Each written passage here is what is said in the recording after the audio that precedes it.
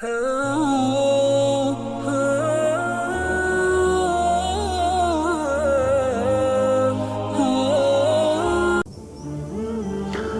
اللہ الرحمن الرحیم۔ آقا دو جہاں امام الانبیاء صلی اللہ علیہ وسلم کی حدیث ہے، فرمایا کہ 4 چیزیں تمام انبیاء علیہم السلام کی سنتیں ہیں۔ وہ 4 چیزیں کون سی ہیں؟ سب سے پہلے آقا کریم صلی اللہ علیہ وسلم نے ارشاد فرمایا کہ خوشبو لگانا یہ تمام انبیاء علیہم السلام کی سنت ہے، اور خود آقا کریم صلی اللہ علیہ وسلم بہترین اور اچھی خوشبو استعمال فرمایا کرتے تھے۔ دوسرے نمبر پر آپ علیہ السلام نے ارشاد فرمایا کہ حیا یہ تمام انبیاء علیہم السلام کی سنت ہے، اور ایک دوسری روایت میں نبی کریم صلی اللہ علیہ وسلم نے ارشاد فرمایا اذا فاتک الحیا ففعل ما شئت، جب تمہارے اندر سے حیا فوت ہو جائے تو پھر تم جو چاہو وہ کرتے رہو، تمہاری مرضی ہے۔ اور تیسرے نمبر پر ارشاد فرمایا کہ تیسری چیز جو تمام انبیاء علیہم السلام کی سنت ہے وہ ہے مسواک کرنا۔ آقا کریم صلی اللہ علیہ وسلم کا ارشاد گرامی ہے، فرمایا لولا ان اشق علی امتی لامرتہم بالسواک، اگر مجھے اپنی امت پر مشقت کا خوف نہ ہوتا تو میں مسواک کو لازم کر دیتا۔ اس لیے یہ 3 سنتیں ہیں نبی کریم صلی اللہ علیہ وسلم کی بھی اور دیگر انبیاء علیہم السلام کی بھی۔ اور چوتھی سنت ارشاد فرمائی آپ نے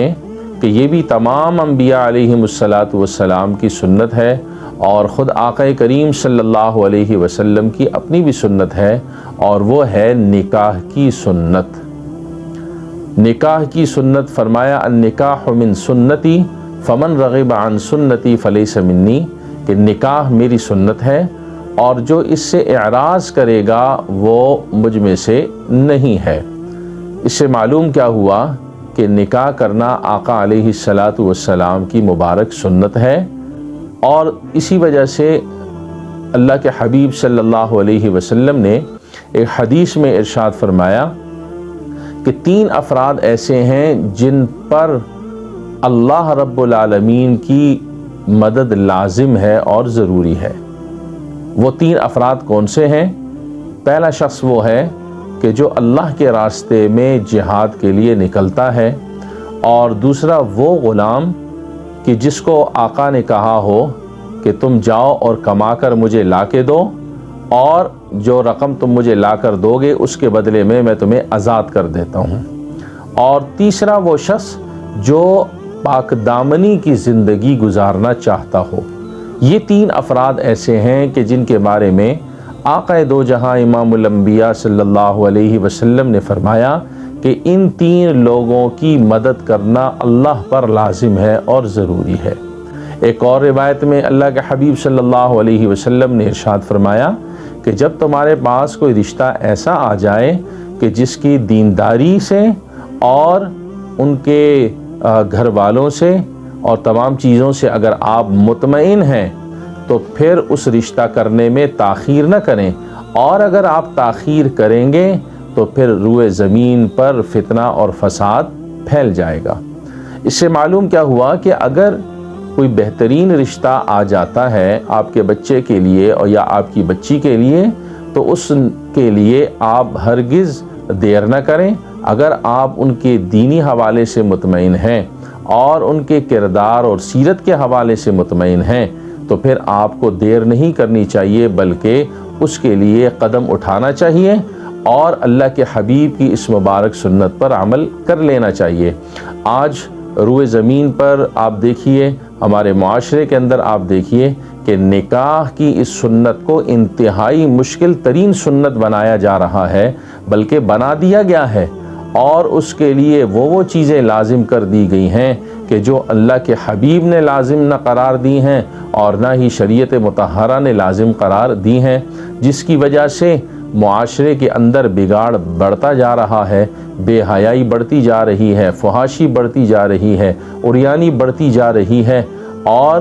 نکاح کرنے میں تاخیر ہو رہی ہے، مشکلات ہو رہی ہیں، اس لیے نوجوان بچیاں انتہائی پریشانی کا شکار ہیں، اور اس کی وجہ سے ہمارے معاشرے کے اندر گناہوں کے دروازے بے شمار کھل گئے ہیں، اور طرح طرح کے لوگ اور جن کے رشتے نہیں ہو رہے اور مشکلات کا شکار ہیں، اور ہمارے اپنے ہی رسومات ہیں، اپنے ہی طور طریقے ہیں جن کی وجہ سے ہم نے اس چیز کو انتہائی مشکل ترین بنا دیا ہے۔ آج میں ان احادیث کی روشنی میں عرض کرنا چاہتا ہوں کہ ہمیں اللہ کے اس حبیب کی سنت کو انتہائی آسان کرنا چاہیے، اور اس کے اندر ہم نے جو مشکلات پیدا کر دی ہیں اور طرح طرح کے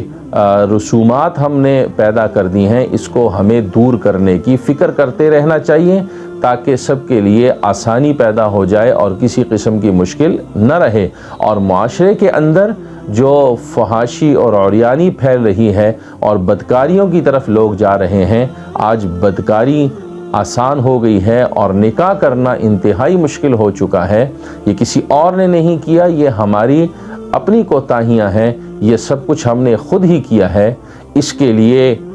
ہم سب نے مل کر آواز اٹھانی ہے، قدم اٹھانا ہے، اور معاشرے سے اس مشکل ترین رسومات کو ہم نے ختم کرنا ہے، اور اللہ کے حبیب کی اس مبارک سنت کو ہم نے آسان کرنا ہے۔ اور آسانی کے ساتھ ساتھ یہ بھی عرض کرتا چلا جاؤں کہ اس مبارک سنت پر عمل کرنا جہاں ہوٹلوں میں، جہاں ہالوں میں اور دیگر جگہوں پر ہو رہا ہے، وہاں پر میں کہوں گا کہ اللہ کے حبیب کی اس مبارک سنت کو اللہ کے گھر میں ہی پورا کرنا چاہیے۔ اس میں 2 سنتوں کا اجر مل رہا ہے آپ کو، ایک سنت نکاح کی سنت اور دوسری سنت اللہ کے گھر کے اندر نکاح کا ہونا، یہ دوسری سنت۔ 2 سنتوں پر بیک وقت عمل ہو رہا ہے۔ اور ایک سنت کے بارے میں آقا دو جہاں سرکار دو عالم صلی اللہ علیہ وسلم کا ارشاد گرامی ہے، فرمایا فتنے اور فساد کے دور میں کوئی شخص اگر میری ایک سنت پر عمل کرے گا اس کو 100 شہیدوں کے برابر اجر ملے گا۔ تو اگر کوئی ایک سنت پر عمل کر لے اس کو بھی اجر، 2 پر عمل کرے اس پر بھی اجر، لیکن مسجد کے اندر کر لینا باعث برکت ہے، باعث ثواب ہے، اور انشاءاللہ یہ میاں اور بیوی کے لیے بھی خیر کا باعث ہوگا، برکت کا باعث ہوگا، خاندانوں کے لیے برکت کا باعث ہوگا۔